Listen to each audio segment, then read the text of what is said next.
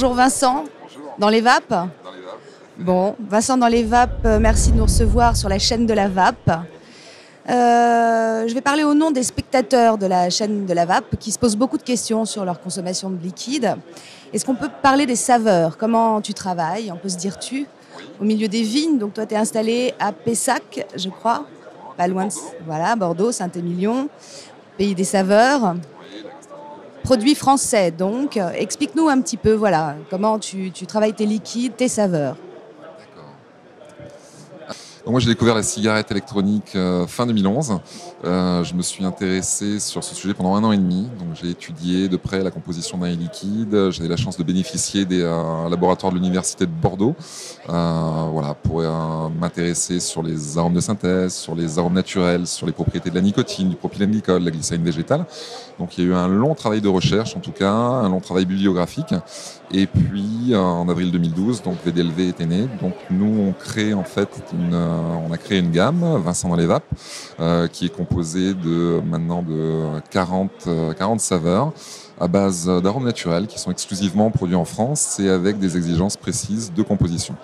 On utilise également donc, du propylène glycol et de la glycérine végétale de qualité PE, pharmacopée européenne, et de la nicotine liquide de qualité USP. Alors, pour qu'on comprenne un petit peu mieux, moi je voudrais y voir plus clair. Quand tu dis de qualité européenne, c'est une norme de qualité, on peut y aller les yeux fermés. Si on regarde sur les étiquettes, qualité EP, pour le propylène glycol, la glycérine végétale, et l'autre c'est USP. USP. USP, c'est qualité US. Donc en fait, la qualité USP ou PE du propylène glycol, la glycérine végétale ou de la nicotine liquide répond aux exigences de la pharmacopée américaine, donc pour l'USP, et européenne pour le PE. Donc on va dire c'est des standards de pureté et de concentration de produits. Donc USP et PE, totalement garantis. Si on lit ça sur les étiquettes, on peut fumer, vaper tranquille. Alors non, c'est un peu plus compliqué que ça. Ça renseigne en tout cas sur la qualité de ces 3 composés, propylène glycol, glycérine végétale et nicotine. Il reste ensuite après toute la question des arômes. Alors justement, les arômes, parlons-en. Apparemment, vous avez vraiment fait une étude, vous êtes bien renseigné, vous avez une réputation très très bonne d'orfèvre des compositions de liquide. Je sais que je ne m'empoisonne pas quand je vape du Vincent dans les vapes. Expliquez-moi la différence entre éventuellement ce que je ne pourrais pas comprendre, des étiquettes que je pourrais mal lire et ce qui fait que je peux vaper les yeux fermés chez vous. On ne peut jamais vaper les yeux fermés. Pour l'instant, on a encore beaucoup d'incertitudes sur les arômes. Les arômes, c'est un monde qui est très complexe. On a donc des arômes de qualité naturelle, on a des arômes de synthèse, des arômes de fumée.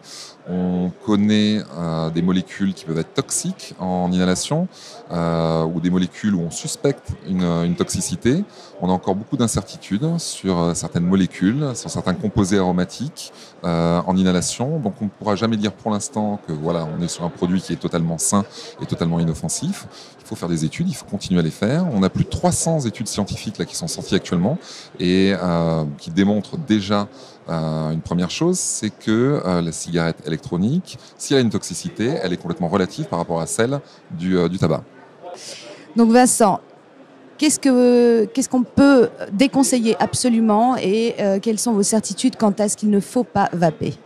Alors, on a des certitudes, on connaît certaines molécules qui sont vraiment toxiques en inhalation. C'est le cas du diacétyl. Le diacétyl, c'est une molécule qu'on retrouve couramment dans les arômes de beurre, de crème. C'est une molécule qui peut provoquer, avec des inhalations répétées, des bronchiolites aiguës. Donc, c'est quelque chose qu'on retrouve naturellement en tout cas dans les arômes, qu'on retrouve fréquemment dans les arômes, et c'est un produit par contre qui peut être adapté à l'ingestion mais qui n'est pas adapté à l'inhalation. Il faut savoir en fait que dans l'estomac on a des enzymes de détoxification qui permettent d'assimiler des composés aromatiques, mais les poumons n'ont pas ces enzymes-là, donc on ne peut pas détoxifier au niveau des poumons. Le support de certains arômes, les molécules qui sont contenues dans certains arômes devront être regardées de près. Quand on a des arômes par exemple qui sont sous des supports huileux, et ça existe, il y en a un bon nombre, ils ne sont pas adaptés à l'inhalation. Les huiles minérales et végétales normalement ne devraient pas apparaître, figurer dans un liquide, au même titre que certaines molécules dangereuses comme la pulégone, comme la coumarine, le diacétyl, et on pourrait en citer beaucoup d'autres. Alors, comment faire pour notre public de la chaîne de la VAP pour qu'il puisse de lui-même identifier d'une manière simple? Il n'a pas fait des études de chimie et toutes les études que vous avez faites, évidemment. Comment fait-il pour se rassurer? À part vapoter que du Vincent dans les vapes, il y a quand même pas mal de fabricants qui travaillent aussi bien et qui respectent toutes ces normes. Qu'est-ce que vous pourriez conseiller au public lambda qui doit absolument reconnaître les produits toxiques et pouvoir trier de lui-même? Pour moi, un consommateur devrait déjà questionner son fabricant, aller chercher des informations sur son fabricant des liquides, savoir justement ses exigences en termes de composition, en termes de fabrication, savoir exactement qu'est-ce qu'il met dans son liquide. Est-ce qu'il utilise des supports huile? Est-ce qu'on peut retrouver des traces d'huile essentielle, de coumarine, de molécules qui peuvent présenter une toxicité en inhalation? Est-ce qu'il existe une liste pour le public où il peut reconnaître ces choses que vous venez de nommer et qui ne sont pas quand même dans le vocabulaire quotidien? Les huiles essentielles, vous disiez qu'il y a un tel nom. Est-ce qu'il y a un tableau quelque part entre vous tous, les fabricants de la vape, où on peut reconnaître les poisons des non-poisons? Donc, actuellement, la FIVAP, qui est la Fédération interprofessionnelle de la vape, travaille avec l'ensemble des acteurs du marché sur un projet de norme NF en collaboration avec l'AFNOR, donc qui va définir les composés qu'on ne devra pas retrouver dans un liquide, composés indésirables. Donc on est en train de se poser la question, est-ce qu'on peut retrouver dans un liquide de la taurine, de la caféine, des vitamines? Quelles sont les exigences que doivent s'imposer les fabricants pour atteindre un objectif, la sécurité du consommateur? Merci beaucoup Vincent. À bientôt. Alors, on aura le plaisir, je pense, de venir vous voir ou de vous recevoir encore à nouveau dans une émission. Merci Cléop et la chaîne de la vape. Au plaisir. Nous sommes à la Vape Expo 2014.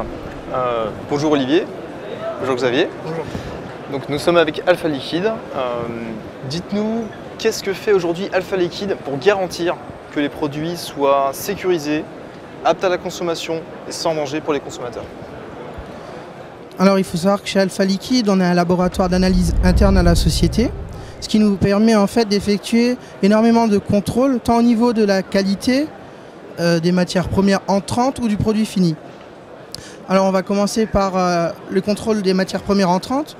Donc dès qu'une matière première arrive à l'usine, donc que ce soit le propylène glycol, la glycérine végétale, l'alcool, les arômes ou la nicotine, eh bien le matériel est en quarantaine, jusqu'à ce que nous ayons procédé à des analyses qui nous permettent de garantir que la matière première est conforme aux certificats fournis par notre fournisseur. Une fois que cette marchandise est déverrouillée, donc elle sort de la zone de quarantaine et elle est stockée dans nos locaux, en chambre réfrigérée. Donc toujours des conditions de stockage en fait optimales pour garantir une qualité organoleptique des produits. Et à partir de ce moment-là, elles vont être débloquées à la fabrication. À partir de ce moment-là, donc les produits sont arrivés, ils sont certifiés conformes, voilà. Ils sont mis en production. Au niveau du flaconnage, il y a des sécurités aussi, j'imagine? Donc rapidement, comment on procède au niveau production? Ouais. Donc c'est-à-dire qu'aujourd'hui, on a un laboratoire de mélange tout automatique. Donc on est mélangeur de matières premières en fait. On n'est pas sous-traitant ni conditionneur, donc on est mélangeur de matières premières. Donc c'est-à-dire que toutes nos cuves sont branchées sur un système de pompage automatique. Donc on prépare une solution de type tabac, fruité, avec ou sans nicotine. Donc une fois que ce bidon est prêt, donc il part en laboratoire d'analyse pour garantir à la qualité du produit et à la conformité du produit. Donc c'est-à-dire qu'on va vérifier si c'est la bonne saveur qui est présente dans le bidon, si le taux de nicotine qui avait été demandé en production, par exemple 6 mg, est vraiment de 6 mg. Donc une fois que toutes ces batteries de tests ont été réalisées sur le bidon, donc on émet qu'il soit conforme ou non. Donc à partir du moment où il est conforme, on rédige une fiche technique qui va suivre en fait toute la chaîne de production. Donc les lots sont tracés, on s'assure bien que les dosages en nicotine, les arômes respectent les normes françaises. C'est ça. Au niveau de certaines saveurs notamment, on a des substances qui sont interdites actuellement. Par rapport à ça, il y a des substances qu'il faut éviter. On se situe comment en France avec nos producteurs par rapport à ça? Alors au niveau des produits aromatiques purs, parce que quand on parle d'un arôme, en fait, c'est déjà un résultat final. Un arôme est composé en fait de matières aromatiques, des matières premières, et donc un arôme est une finalité. Et du coup, en fait, on va s'intéresser aux molécules et pas à l'arôme, parce que l'arôme est un assemblage. Et au niveau en fait des matières premières qui composent cet arôme, il faut savoir qu'effectivement certaines molécules sont interdites en fait en termes d'utilisation au niveau des normes françaises. Il y a des différences entre les législations américaines et françaises. Il faut savoir que les États-Unis ont tendance à être plus souples que la France. Ils ont un panel de molécules autorisées qui correspond à peu près au double de ce que nous avons le droit d'utiliser en France. Et certaines substances sont à usage limité. C'est-à-dire qu'on n'aura pas le droit d'en mettre plus qu'une certaine concentration dans le mélange final. Il faut savoir que les États-Unis ont un panel de substances limitées qui est plus grand et que certaines substances qui sont limitées aux États-Unis peuvent être purement et simplement interdites en France. Alors déjà, nous, on va se mettre en conformité par rapport à la réglementation aromatique. C'est un règlement européen, le 1334-2008 CE, donc, qui va en fait décréter quelles sont les substances qui sont utilisables en aromatique alimentaire ou non. Et à partir en fait de ce catalogue de saveurs, nous-mêmes en fait on va faire différentes analyses pour en fait resserrer encore ce panel de molécules. Parce qu'il faut savoir que là on n'est pas sur de l'ingestion mais de l'inhalation. Certaines molécules sont anodines en ingestion mais peuvent être potentiellement toxiques à l'usage en inhalation. Donc on va faire une blacklist en fait des molécules qui pourraient être plus ou moins nocives pour la vape.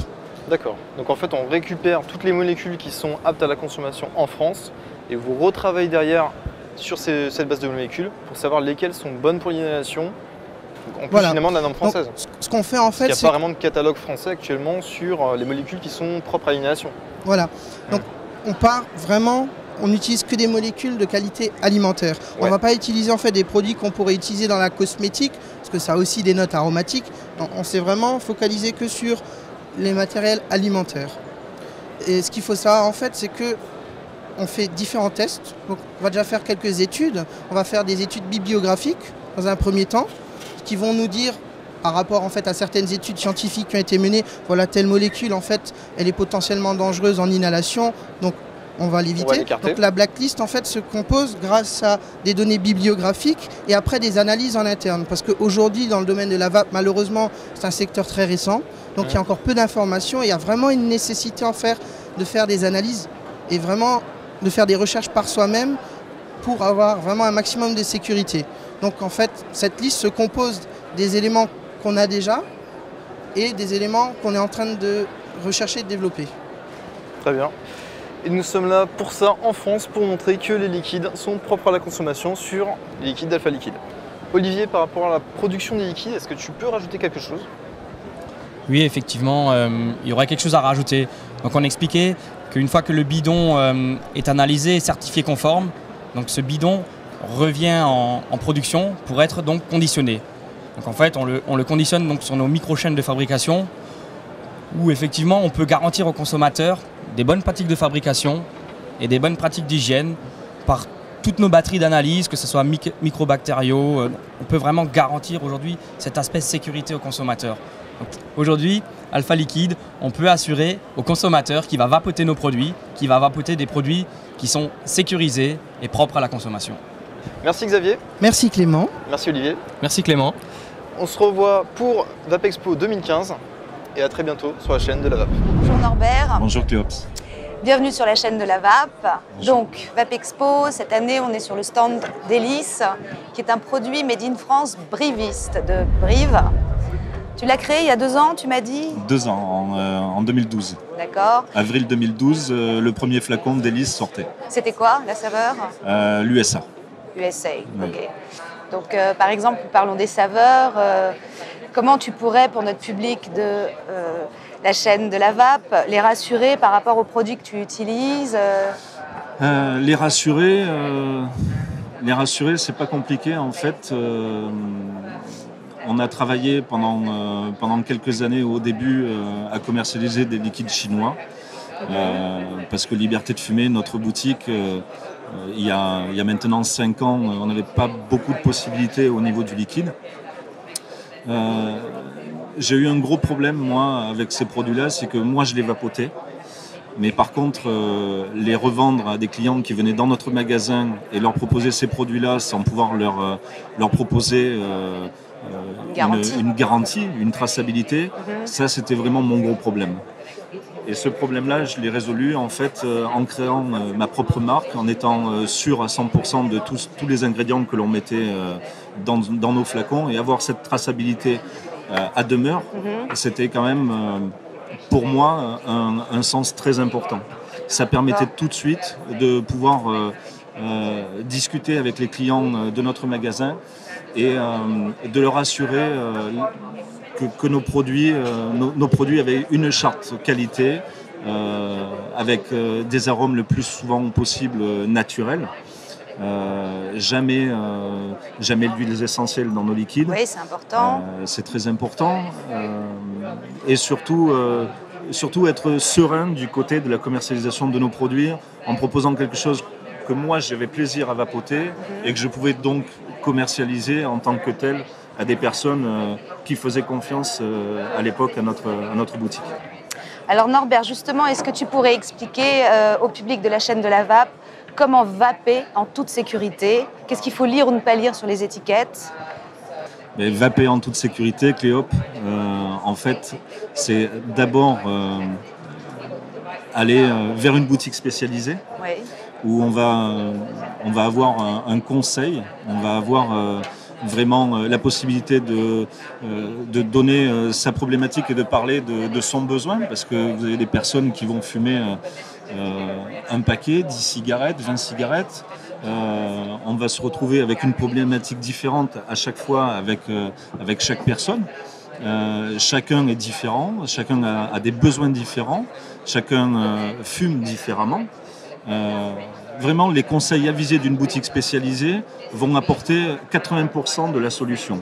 D'accord, mais par rapport aux produits qu'on utilise, parce qu'on entend vraiment des choses qui parfois peuvent être rassurantes et des fois vraiment alarmantes. Donc vous, par exemple, vous dites que vous utilisez des produits safe. Ouais. C'est des produits français déjà, vos arômes? Nous, on travaille que sur du produit 100% français. Oui. Propylène glycol, glycérine végétale, nicotine bien sûr, et arômes le plus souvent possible naturels, notamment pour les saveurs fruitées. Après, il y a des recettes dans lesquelles c'est compliqué, par exemple pour le Coca-Cola, l'énergie drink, etc., de pouvoir toujours taper dans le naturel, mais tant que possible, on essaye d'aller vers le plus de naturalité possible dans nos produits. D'accord. Voilà. Alors si j'ai un conseil à donner, peut-être, c'est que le futur utilisateur de ces produits-là en boutique spécialisée pose vraiment la bonne question. Demande si c'est fabriqué en France, est-ce que ce sont des arômes naturels ou pas, est-ce que ce sont des produits qui plaisent, qui sont des bonnes ventes, est-ce que la marque est reconnue, connue, est-ce que c'est une nouvelle marque, est-ce que voilà, je pense qu'il y a tout un tas de questions qui peuvent permettre de s'aiguiller vraiment vers une vape agréable avec des produits avec lesquels on ne va pas se poser de questions. D'accord, très bien. Merci Norbert. Et je t'embrasse. À bientôt. Merci Cléops. À bientôt. Merci et continuez comme ça. Merci.